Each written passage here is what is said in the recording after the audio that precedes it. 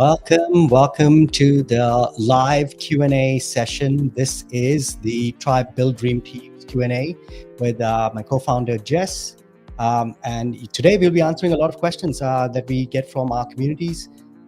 There's a whole bunch of questions that we collect every week, and then there's some live questions as well that show up on the call as well. So hopefully we have some live members showing up today, answering questions. It's all about helping you to build your dream teams, helping to find your people, who are connected with your vision, connected with your values as you're building your company as a startup founder. Jess, is there anything you'd like to kickstart this show with? Yeah, I mean, the recordings, if you are not able to attend with us live, are always in the classroom in our school community. That's skool.com. And you can find us at Build Dream Teams. Pumped about this session. I love doing these weekly calls. I love the questions that come up. Sometimes there's a real curveball, and those are really fun.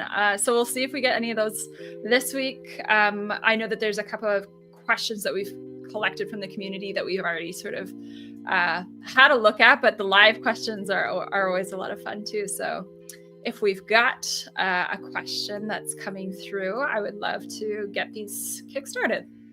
Yeah, I think we did have one question that was added in here, which was, what do I need to prepare to make sure a new team member is successful in my team? Oh, good question. Yeah, we want to set new people up for success for a lot of reasons. Like, obviously, you want people to be able to hit the ground running. That's important for your business, but also there's this extra layer of importance around retention. And there was a really cool study done by Adam Grant about the way that onboarding happens and the things that happen at the very beginning, those first impressions of being part of your team, have a direct connection to people actually sticking around. So the better of an experience you create in bringing new team members in, the more likely they are going to actually remain with you and not churn of their own volition. There's lots of reasons people move in and out of companies, but you never want it to be because, you could have just prepared a little bit more and had a little bit more opportunity to ground them into your expectations, into the tools that they need. So for us, when we work with clients, one of the things that we do is prepare like a whole onboarding documentation. So that includes things like why the role is important to your business. Like, people want to know what their purpose is and what they're contributing to, and that their work is meaningful. And then, some of the key responsibilities that will be ongoing, maybe some of the things that you think might come up for them in the interim, just letting them know about the expectations of tasks. And then setting out like a 2-week trajectory on like, what can you do each day to be moving yourself forward in this role, getting to know the company, the product, the different tools that maybe they'll be using, giving them the logins for anything that they need, and just giving that opportunity for things to be really, really clear. So the clearer, the better, as far as setting people up for success when they're coming in as a new team member. And the benefits of that are tremendous. So that's maybe like an overview to onboarding, but there's a lot more that can be done as far as like meetings, coaching, getting to know people informally as well as formally, team building, so integrating people into your existing team. Even if you want to get into things like personality testing and skills testing and strengths testing, and taking those results and learning about each other and how you can work really well together as a leader and a new team member. There's a ton that can be set up for success, but the number one thing I would say is some form of document that you can go through with a new team member that really helps them get a sense of grounding into their at least first week, because that's going to help them be a lot more connected to the work. It's going to help them feel like they're not jumping in the deep end, but that they're able to sort of wade quickly in through the shallow and then get to the deep end with you. Yeah, I totally agree with that. I think preparation helps a lot, right? If you prepare for a good onboarding call with your team members, it's important that you prepare ahead of time, and we help many of our clients to do that, to prepare, an onboarding document, as Jess was talking about. But I would add in there, just jump on a call and have a conversation with them. The human beings first, right? Get to know them, like understand, how their day is going, and to ask them questions.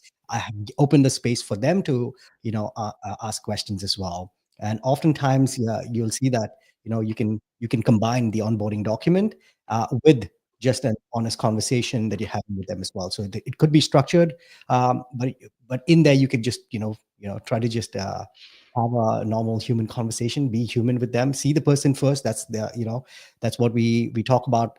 There are our values at our company: see the person first, support them in the rumble, and then let's go make things actionable. And yeah, it's important that we don't forget that workplace is a place where people can bring their whole self to work today, right? Gone are the days where people used to be like, oh, I'm bringing this part of me to work to be professional, and this other part of me that's or the rest of me, I don't get to bring that to work. We always speak to our founders who we're working with, the startup CEOs and stuff like that, going, hey, encourage your people to, show up as their full self. They're human beings first. They have the whole life going on around them. And the more you can encourage that, the more you can help them.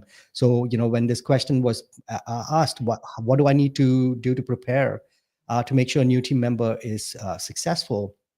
I mean, support them as a human being first. That's the first step of success. Prepare with your onboarding documents and things like that, and then from there on, you can of course onboard them into different parts of your business. So yeah, that was a great question and great answer as well, Jess. I see there's another question that has been posted, so I'm just curating all the questions and adding it in here.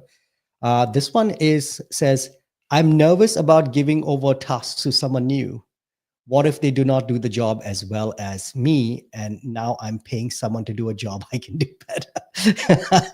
This one is, this one comes up a lot. Jess, do you want to take the first crack at this question? Yeah. I helped sort of curate this in slightly different language than I saw it out there in the school communities, but it's a common sentiment, especially for solopreneurs, to feel nervous about the quality of work you're going to get from somebody. And now you're starting to invest some of your precious cash flow into having this person come and help you. So there is never a guarantee. Unfortunately, even if you screen till the cows come home and have them send portfolio pieces and everything. But a lot of people will try their hardest for you, especially if you're going to find and look for culture fit, people who are really engaged with your mission and your vision and what you want to accomplish together.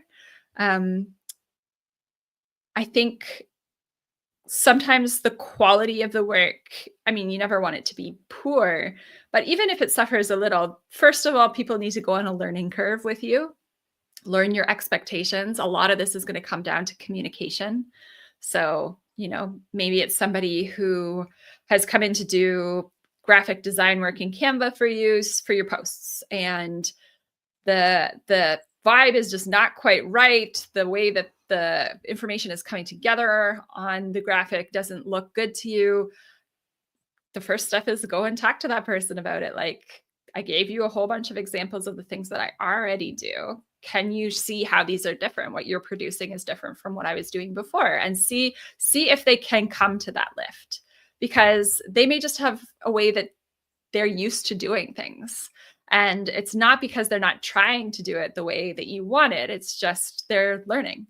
And so giving a little grace, especially early on, is important, depending on the level of expertise that you've hired as well. So if you're going to be hiring a beginner or somebody that's more intermediate in their skill level, then, make sure that your expectations are commensurate with that. If you're hiring somebody who is more at the expert level, then yeah, your expectations should be a little higher, and you should be expecting good results as soon as possible. The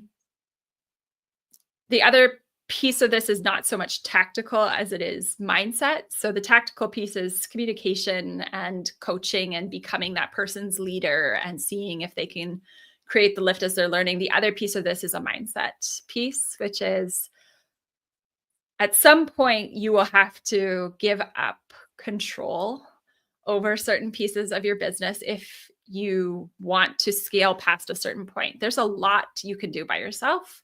There's a lot of people who basically work by themselves and that's their business. And you can definitely do that.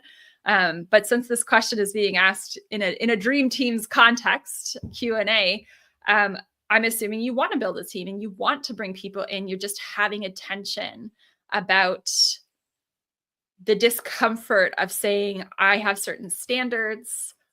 I am very happy with the way I do things. But if you keep everything to yourself, you will cap on time, right? And sometimes you even cap on skills, and bringing in people who can work on things faster is also really helpful to the business because, something that takes you 15 hours a week might take somebody else 3 hours a week. And then you're only really paying them for 3 hours to get back 15 of your own hours. And so the ROI on these things can be huge, especially for solopreneurs, to bring in freelancers or team members or help. But the first mindset piece is to say, I'm willing to let go of control of this and let somebody else try and see what happens. And I think the other way of flipping this around from the risk mitigation place is to say, what if somebody could bring something amazing to your business by bringing in somebody that you're going to pay for them to help you out with it? So it's a little bit of perspective shift. Sheldon, what are your thoughts on how solopreneurs or people with small teams can think about this? Yeah, it's tough, right?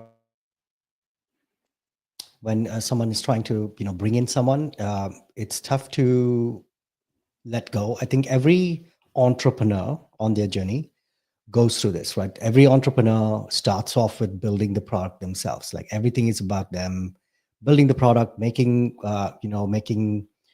basically doing everything. As Jess said, they're doing the Canva slides and they're building the product and they're maybe creating a community or they're writing code or whatever it is. Every entrepreneur goes through that. And then sometimes it's a bunch of entrepreneurs coming in and they might be co-founders that they start with. But then every entrepreneur has to go through this shift where they're shifting from having an entrepreneurship mindset to having a leadership mindset. And that's tough because even when I was on this journey with many other entrepreneurs, building their company, building my own company, working with entrepreneurs and, helping them scale their company and stuff like that, everyone had to go through this where you come to a point where you have to start letting go of control of the build, meaning working in the business. And you have to step back and let other people come in and work in the business.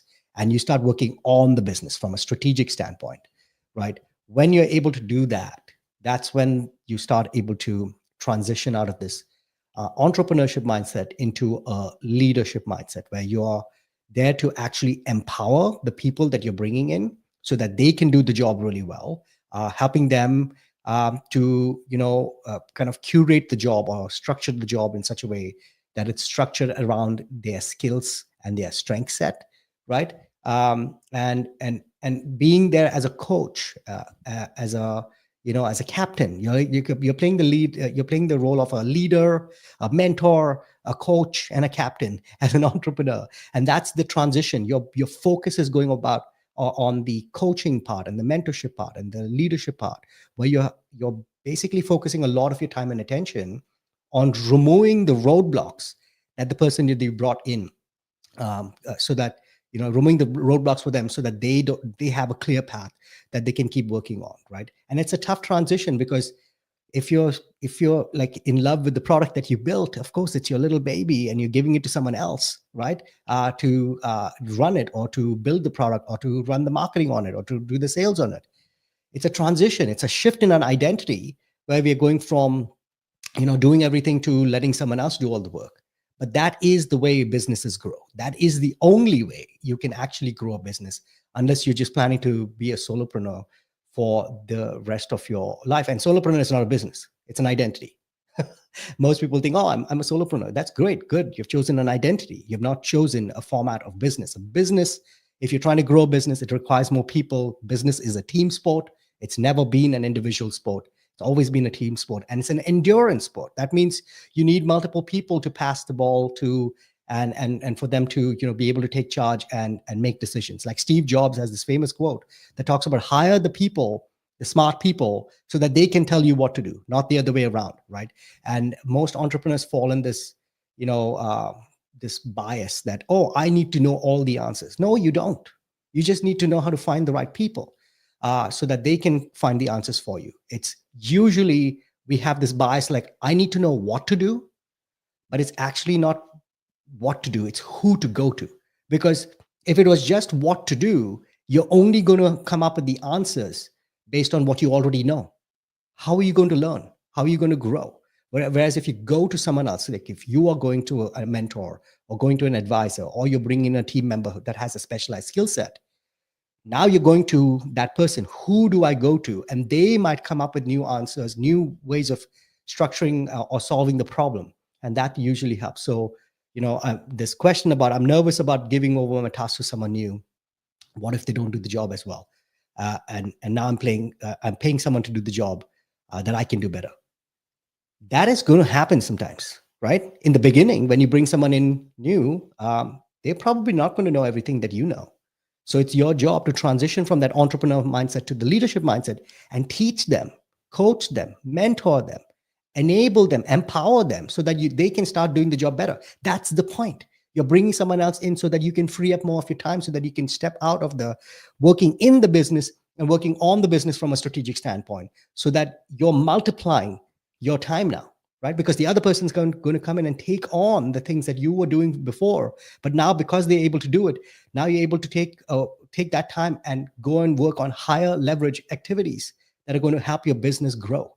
An entrepreneur, a leader of the business, is here to help the business grow, to find solutions, and to enable the company to grow in an exponential way, if you're trying to build an exponential business, or in a slow and steady way if you're trying to build a lifestyle business as well, right? But either way, you still need to bring in people, and they are eventually going to get better at you, or you might hire people who are already better than you, and then you need to give them control and give them the opportunity to take the lead. So yeah, that's basically my take on that as well. Interesting, right? So many entrepreneurs go through this. Yes, you've noticed this as well, that it's a struggle. It's a real identity shift that they have to go through to be able to play this new role. And most people don't know how to let go of control. And I think this is a big learning curve for new entrepreneurs. They need to be able to let go of control so that other people can come and start working on those parts of the business. Yeah, interesting question. Mm-hmm. There's another one that's come up here, which is it better to hire from my own network or to go to a wider talent pool? Very interesting question. Yeah. Do you want to start with this one, or shall I take the lead? Yeah, go for it, Jess. Yeah. Yeah. No, happy to share my thoughts on this, of course. As with most things, it depends. I think that things are situation dependent when it comes to these kinds of questions. The potential downfall of going to your personal network or just the sort of friends and family network is you really severely limit the amount of expertise you might be able to tap into. So if it's a specialized role, or you're looking for, a degree of competence or capability, it might be more beneficial to go to a wider talent pool, just so that you're accessing people who are going to be both a culture and skills match. That being said, I think for people in school, particularly, going to your school community to look for people who are already passionate about what you do, you sort of already have an understanding that these people get what you're up to. They're bought into the concept. They know the school platform, which is really, really helpful. So in that instance, if you're looking for, say, a growth operator or somebody who you're looking to engage specifically with your school community business, it may be really beneficial actually to go to that niche talent pool and pull from that versus trying to bring somebody out into your community or into your team that has never been on school before and they don't really know the vibe and how to engage. And it's a much steeper learning curve. And, you know, with people in your own community, you can already validate, you know, are these people engaged? What are they saying? Like before I ever even posted this job, like, were they getting it? And there's a lot of really cool opportunities within school to hire other people from school. So it a little bit depends, but I would say for school, go with school. Otherwise, you're much more likely to have success outside of your direct network, unless you have a very deep understanding of that person's skills already.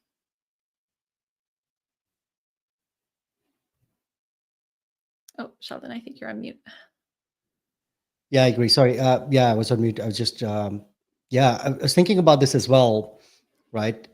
Own network or a wider talent pool. And in the beginning, of course, go to your own network, right? Because it feels familiar. But how will you find the right people if you don't go to a wider talent pool? Yeah. And And I is it think, going to be uncomfortable to go to people that you know or know by degrees and then end up not necessarily moving forward with them? yes, That's another exactly. consideration. Exactly. And it's hard, right? Because as entrepreneurs, like it's you're playing this constant game of certainty and uncertainty. It's like, do I go to new people? What if they don't accept me? What if I make a mistake in front of them? All of that is part of the growing pains of the entrepreneurship journey. That's why it's called growing pains, not growing gains. The gains happen after you go through the pain, right? So it's important to be able to be open to say, yeah, I'm going to go out there and put myself out there and talk about, what my company is about. And that's why what we start with is we help entrepreneurs to define their vision, to define, who they are as a business. And it usually starts with the founder's vision. What's the impact you're trying to make in the world? What's the purpose? What's your why? Start with your why. And then when you start with your why, you are able to attract the right people who resonate with that why, who resonate with that business, to resonate with the purpose of that business as well, right? So, for example, our why is, I'll actually pull something up on our screen here. Our why is we envision a world where leaders are transforming the workplace into thriving communities. So let me see if I can pull up the screen here on the screen here. Give me a second. Yeah, so that's our why, right? It's, do people resonate with this? Like, we envision a world where leaders are transforming the workplace into thriving communities. And our goal is to empower current and future leaders for modern work landscapes by giving them the knowledge and the courage to challenge the status quo, build exceptional company cultures, and leave a lasting legacy of positive change. Now, this is what this we are showing you our example here, right, of what we have built out for our own what do you call it, for our own vision here. And with this vision, we are now, when we go and talk about this out there, people are attracted to that vision and they're going, yeah, I like this. I want to see a world where leaders are transforming the workplace into thriving communities. How can I be part of this? How can I help with this? And that automatically starts to attract the right people. So it's almost like putting out this bad signal out there. And instead of going and like trying to like chase people to come and join your team, or to chase people to be like, hey, do you resonate with us? You're actually putting this out there and going, hey, do you resonate with this? And the right people will start coming towards you and start being attracted to this vision, right? And it will repel the wrong people as well. So that's the first thing we do. And I saw Jess was mentioning school.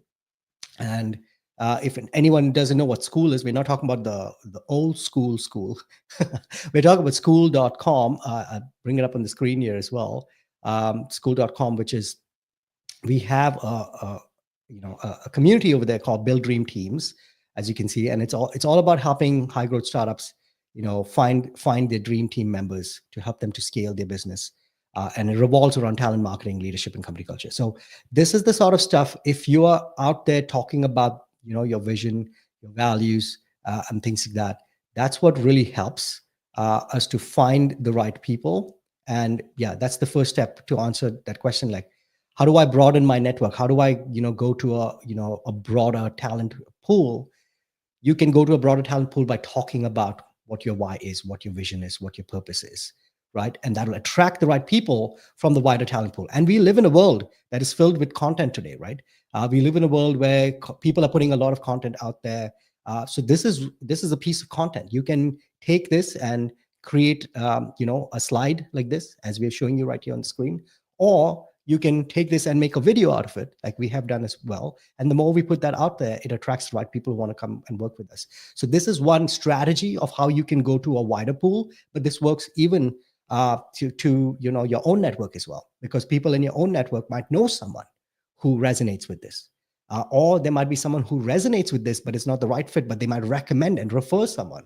And that's the way you start enhancing, the reach that you have. And we can definitely use content today to, help people with that as well. So hopefully that kind of answers your question, whoever sent us that question. Yeah, I'll do a small plug here since we're talking about vision. This is one of the number one things that Trybe aims to help people who are thinking about starting to hire with is that vision and values clarity. And right now we have some really awesome people going through our Trybe games, which is how you get structured into a team. And then as part of the team, you go through a few videos and you reflect together. And then by the end of it, you come out with something that gives you tremendous clarity, like for yourself, for your own ideas about your business, and then a way to articulate that to others. It's especially helpful for talent, but I mean, anytime you talk about what your business is really about, like what your core ethos is, what gets you really passionate about these things, that's going to resonate with certain people. It sends a certain message out there, and the people who like that come towards it, and the people who don't, or maybe just want to explore, fade away. So there's a real power in what we call lead magnets, which we know of as a marketing phrase, more for, talent and partners and sponsors and investors and those other types of people that you want to attract into your business that aren't necessarily clients. And I mean, why not use it with clients too? They would love to know why you do what you do and what they can expect from you as far as, how your business works with your values. So very excited for people to be going through the Trybe games right now. If you're interested, we will be running another session later, but it's closed at the moment because our teams are busy working on that right now. So looking forward to being able to share their successes in the community, and hopefully some other people will join us for the next round. So yeah, vision and value is tremendously helpful, no matter whether you're going to your own network or a broader talent pool, for that first point of clarity on whether this person is going to have a good fit with your business. Absolutely. Yeah, so I think we have one more question here that's come up. It's a longer question, so I'll pull it up on the screen and let's have a look at it. The question is, how can I hire someone that doesn't need a lot of my time? I want someone who doesn't need a lot of handholding to get the work done. Yeah, there's this place called the Magic Beans Market where you go and buy the magic. No, I'm just kidding. This is a tough one. Again, we get this question a lot. So Jess, yeah, do you want to take a stab at this? Yeah. I mean, the beauty is it doesn't have to be hard.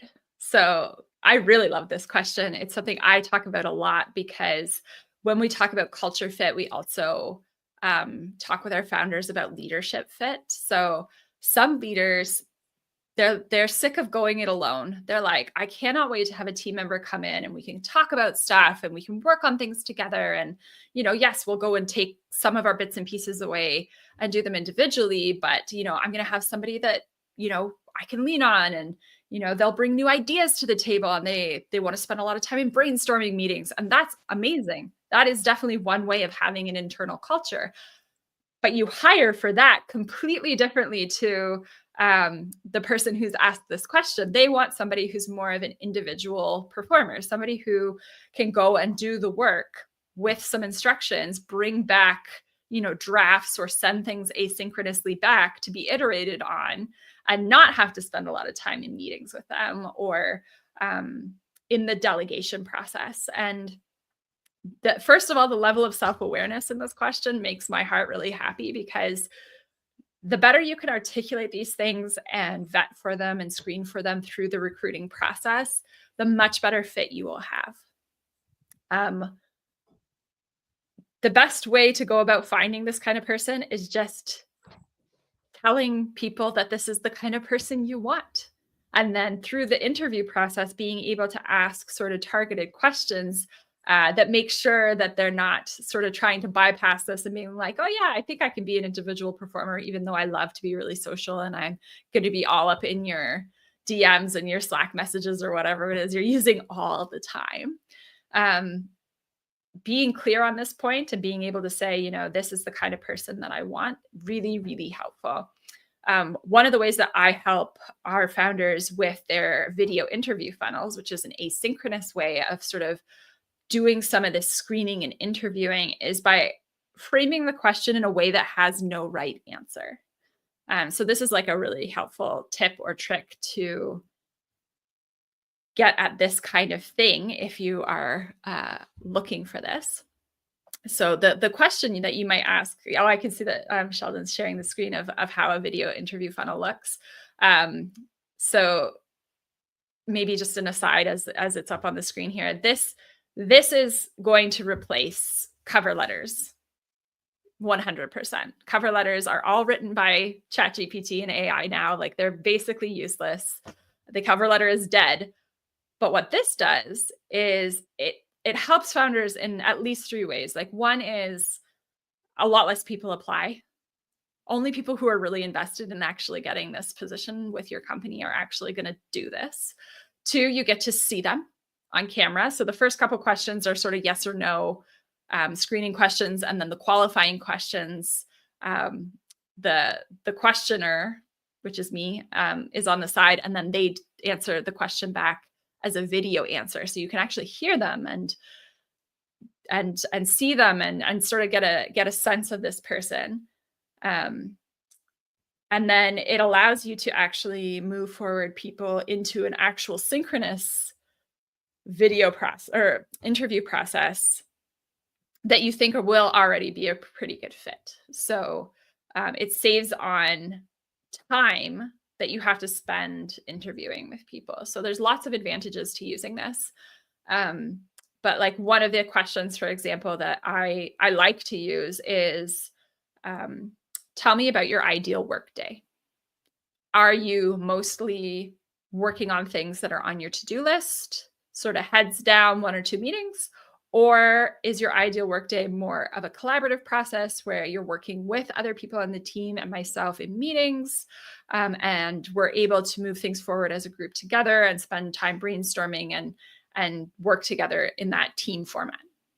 There's no right answer to that, especially if you don't put any inflection in your voice about which one you're looking for. So people sort of have to answer honestly. It's a one or the other. It can't be both. And that will tell you a lot about the person and how they want their workday to work. So for the person who had asked this question previously, they want somebody who's going to answer, I want to just put my head down, do my work at my desk, maybe send a few questions and DMs back and forth, have 1 or 2 meetings, but I'm just here to do the work. Just tell me what to do. That's how basically you go about looking for someone that's going to be sort of hands off from a management perspective. That's right. Yeah. It's again, we talked about this from a transition standpoint as well. Like, first it's you doing all the work, and then, it's basically you're bringing in other people who can come and help you to do the work. But as Jess mentioned, what kind of person are you trying to bring in? Are you trying to bring in someone who is an individual performer, or you're trying to bring in someone who can lead a team? Are you trying to bring in someone who can work within a team. There's all of these different, strategies and things that you have to think about when you're trying to form a team, right? So team formations is something that I've worked on for over 20 years. I've been in leadership and been on this entrepreneurial journey for a long time. Team formation is something that people struggle with. They struggle with a lot.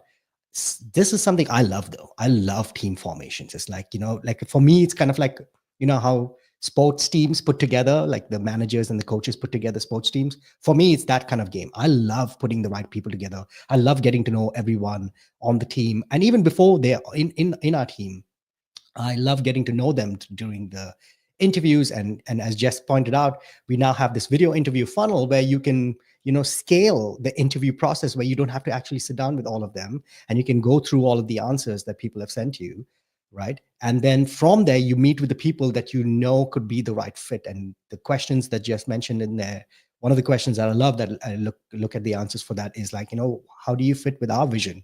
How do you fit with our values? What do you think about our vision? What do you think about our values? What do you think about our why, our purpose, all of that stuff? And when people answer that, when you hear the answers, that they will be the right fit or not. And those are the questions that I look for when I'm trying to invite someone in for an interview with us. And then when I interview them, I'm interviewing different people. And when I'm interviewing the one person, I'm seeing how do they fit with the other people on my team. Will they fit with the culture? Will they fit with the vibe? Will they fit with the personalities? Would they be, someone who brings in a skill set that is not present in the team? Will they fill a gap in the team? All of these kind of things. But I get excited about these things. And this is why we built a company where we can help people with these kind of team formations, which is around your culture, around your vision, around your values, around your purpose. The more you can find that fit match, that is where the lift is, the leverage is, because you're creating this massive leverage within your company because you're able to bring people together and form a team that becomes this formidable force for growth, formidable force for pushing your vision ahead, to taking your mission and making it purposeful, to becoming a resourceful team that can break boundaries and can persevere when it's really, really hard out there, right? Entrepreneurship is not an easy game. It's a team sport. Business is an endurance game, and you need the right people and the right mix of people that fit well together, that have this unity and culture that can help you to grow your company. So I always look at this from kind of a team formation standpoint.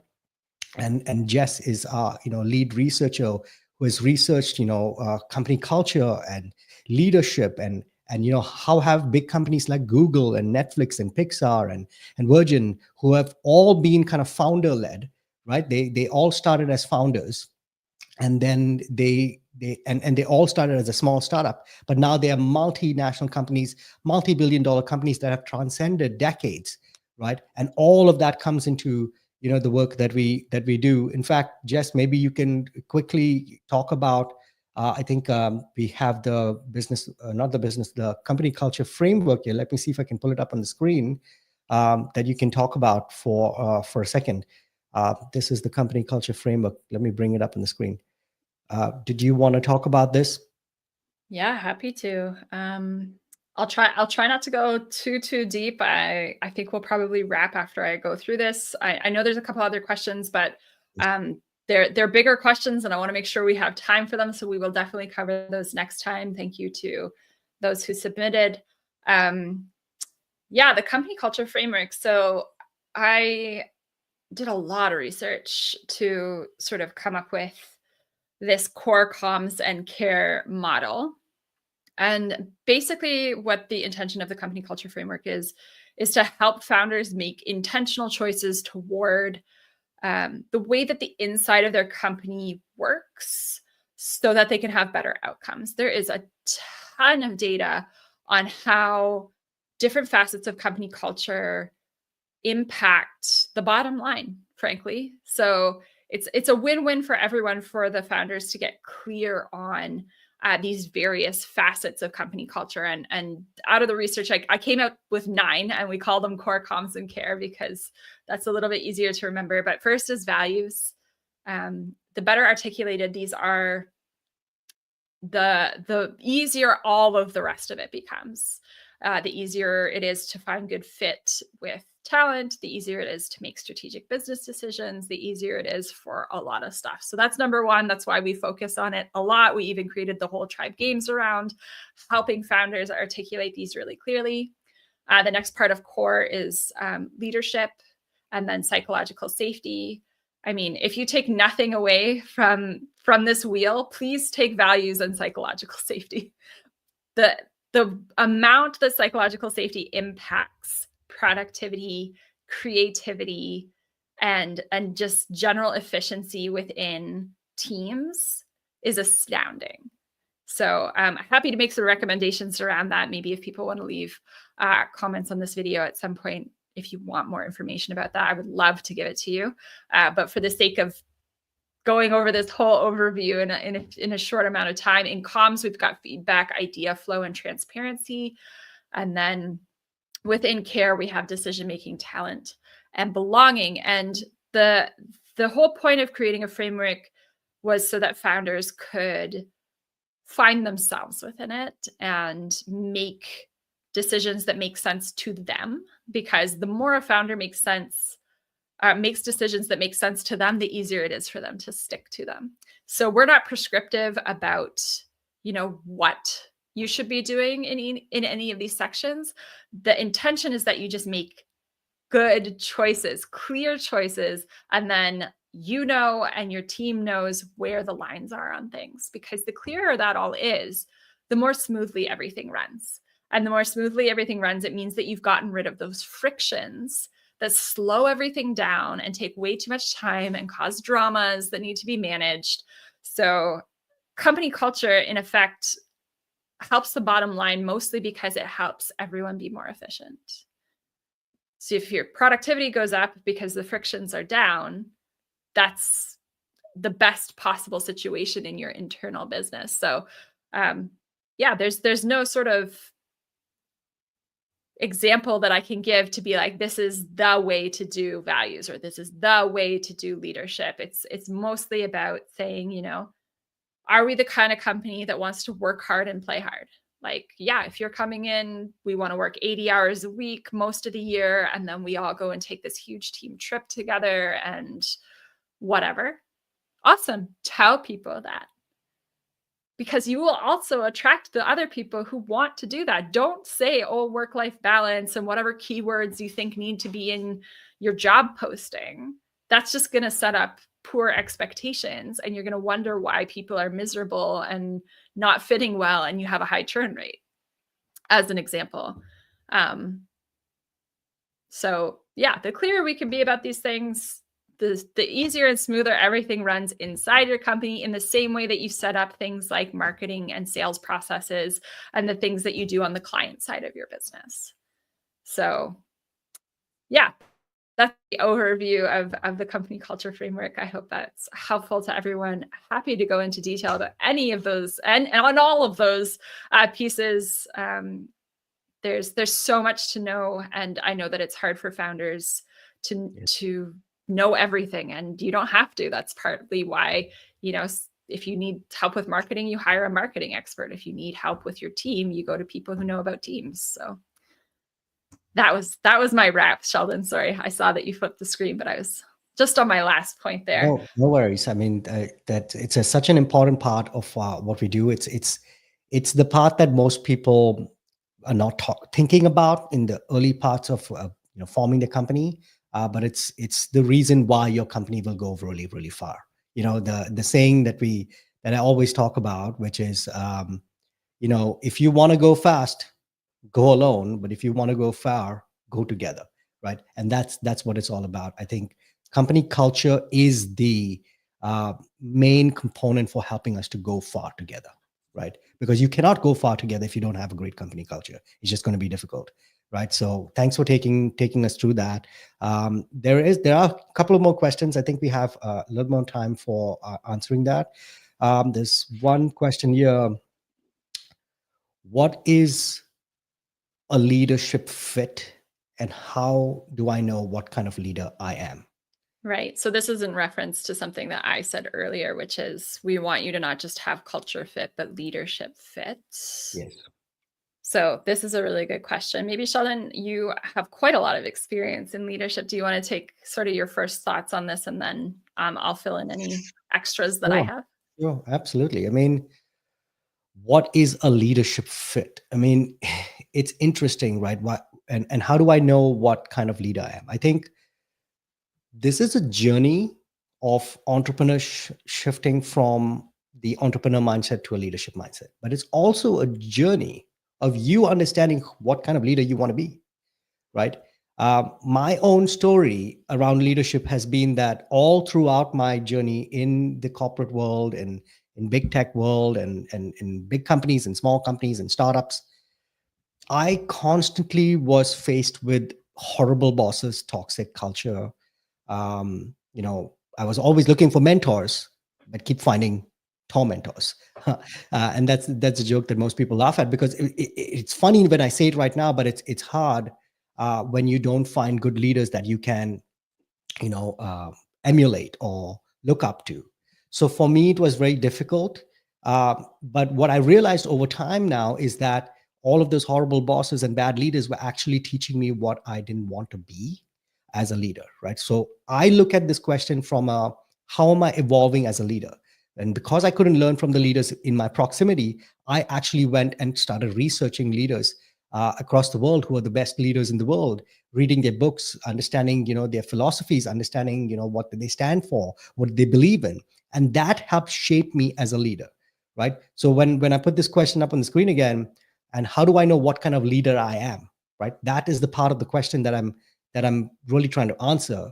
And Jess can talk about the leadership fit part. But if you don't know what kind of leader you are, how are you going to be a role model to someone else? And I think you need to go and find the leaders that you look up to, whether they are in your proximity or elsewhere. Today, we live in a modern world where we can access content, videos, podcasts, books, live streams. All of this stuff is available. Go and find those leaders that you look up to, and figure out who you want to be as a leader. And for me, I wanted to be a leader that was a good coach, that was a mentor who cared about his people. He saw the people first, try to make a difference in their lives, understood them from a holistic standpoint, not just what they're trying to do in the job from a high performance standpoint. Understand what's happening in their life. Do I need to support them? Oh, your dog died, or your grandmom's in the hospital, or you're unwell, and or you're having heavy mental health problems, or whatever it is, right? Try to understand the person that you're trying to lead, and then be the person they need. For me, the biggest driver for me of what kind of leader I am is because I did not have the leadership influence that I would liked, right? That I would have liked, which is like good mentors and great role models. Today, as a leader, I am trying to be the person my younger self needed, right? So in a way, I'm giving back to the person in front of me, but it's also creating this kind of beautiful healing journey for me, for all the toxicity and tormentors and bad leaders that I went through. It's healing my own trauma, right? It's healing my own journey of evolving into this new leader, this new identity, because I'm serving and helping people, and that wasn't given to me at that time. So I'm becoming this leader that I did not have, right? So that's how I see it. But many people go through different journeys where they're trying to be a leader based on their philosophies or their values, or which kind of identities they want to step into and stuff like that. So when I'm looking at this question, I think about it like, who's the leader I want to be, and that really shapes my answer. But Jess, what do you think about the leadership fit question? uh, and what do you think about you were talking about leadership fit? What's your point of view on that? Yeah, I mean, first of all, thank you for sharing about your own personal journey, and I love this sort of aspirational opportunity you've given people who are listening, which is to go and not just try to be like, what kind of leader am I, but what kind of leader do I want to be, and how can I look at other leaders and say, yeah, that makes sense for me, like that looks like a good model for me, and not have to make up everything for yourself. So that's really important. A couple like pragmatic opportunities in that discovery process. Not everybody's a fan of like personality tests and stuff, and I get that, but that might be a place you can start. Like 16 Personalities, I know, has like a section in it that says like workplace habits or something like that. And it talks about different personalities as like team members, managers, and leaders. And so that might be an opportunity to go and look at yourself and the personality that you have as a leader. Some people are quite laid back. Some people are quite strict. Some people are somewhere in the middle. And none of that is wrong, right? The opportunity in discovering these things about yourself is that you know what kind of people will gel with you, right? And that's what I mean by leadership fit, is the more you know yourself as a leader, like the question we had before was, how do I hire somebody that I'm not going to have to spend a lot of time with? Like if you already know that about yourself, whether that's from a time constraint perspective or from I just want to be mostly hands off in my management, that clarity helps you to find the right kind of person who's going to complement you as a leader. And they, as a team member, are going to know what to expect from you as well. And I will say that I liked what Sheldon said. Thank you for using this word journey. It is a journey of discovery, and not everybody is going to have every single piece nailed down right at the beginning. Like many people have never been a leader before. You know, you come and you do a solopreneur effort and you've only been working with yourself, by yourself, getting things started. To bring somebody in is a brand new thing. How do you know what you're like as a leader? Right. So a small encouragement on that reflection piece might be to think about, you know, how were you when you did like group projects in school? Or how are you when you are on a sports team? You know, are you the person who's going to stand up and get things rolling and be the take charge kind of leader and delegate everything? And you already have some experience with that. Is that the type of leader that you are? Are you somebody who's more sort of laid back and ready to create group consensus? It's important for you then to bring in the kind of people who are going to work with you towards consensus, and not people who are going to come in with really, really strong opinions and expect to be listened to when you don't want to sort of manage in that style. And that's not to say that like personality conflicts or these kinds of things can't be managed. Of course they can. All human relationships involve multiple facets and dynamics. But when it comes to getting work done, like I mentioned before, the fewer frictions, the better. And my last little loving note on this is that the hiring for less frictions does not mean hiring clones of yourself. So there's a real downfall that can happen if all you go out there to do is find mini-me's. And a really practical example from somebody in our community who shared this about his own experience was to say, you know, I love ideating. I love playing with ideas. I love thinking through things. I love talking with people. And he's like, I thought if I brought in people like myself, we would have these amazing conversations and we would, you know, come up with these incredible ideas. And they did. But then nobody actually went and did anything with the ideas. There was no sort of implementers or planners to help bridge the gap for all of the people sort of being the same. So you want to make sure there's diversity, but you want it to be in a way where there's still some complementary veins running through so that the collaboration can be really strong. That's a great answer, Jess. Yeah, I think that's pretty much it in terms of like time we have today for questions. I do want to bring up something on the screen, which is basically it is our strategy for clarity exercise that we do with everyone who comes and joins us on this mission. Basically, we are trying to help young founders, young entrepreneurs, you know, with getting them to get the clarity that they need. And this exercise basically is, you know, helping you to understand where you at in your present moment, you know, what's your future vision and what are the roadblocks. And we have, you know, kind of made this like a game where you basically have these three areas that we look at. You know, where are you now, right now in your business? What's the current situation of your business, the way things are set up, working and functioning? Where do you want to be, Like, where do you want to be in a year from now? What are your desired goals? What's your future vision, your purpose, your hopes and dreams? Right. And where do you want to be, say, in a year from now, or the end of 2025, and then what's in the way? What's in the way of getting to those goals and this future vision, right? Are there any obstacles, challenges, and roadblocks? So we invite you to actually, set up a call with one of our coaches here. We have 2 coaches in different time zones. You can claim this kind of free strategic road mapping call, which is, a strategy for clarity call, where we can help you articulate some of these things. Like, sometimes entrepreneurs have so much in their mind, and they have like 20 different ideas of how they want to go about it, and 20 different ways of talking about their why. We help you by categorizing all of that into these 3 areas. Where you now, where do you want to be, and what's in the way. And once we have all of this done, then we can help you to find the clarity that you need. And that's why we call it the strategy for clarity exercise. And this is called the strategy for clarity call. You'll at least walk away with a lot of clarity, because once you have clarity, you're able to make informed decisions and move in the right direction that you're wanting to move into. So we hope that you can, get a lot of clarity by using this. This is oftentimes we don't give this out, but we're giving this out as a free strategic road mapping call right now with one of our coaches. And then Jess and myself also work with our coaches to help you create your strategy beyond this call as well, if you're the right client to work with us as well. But start off with a free call. We hope to give you a lot of value out of this.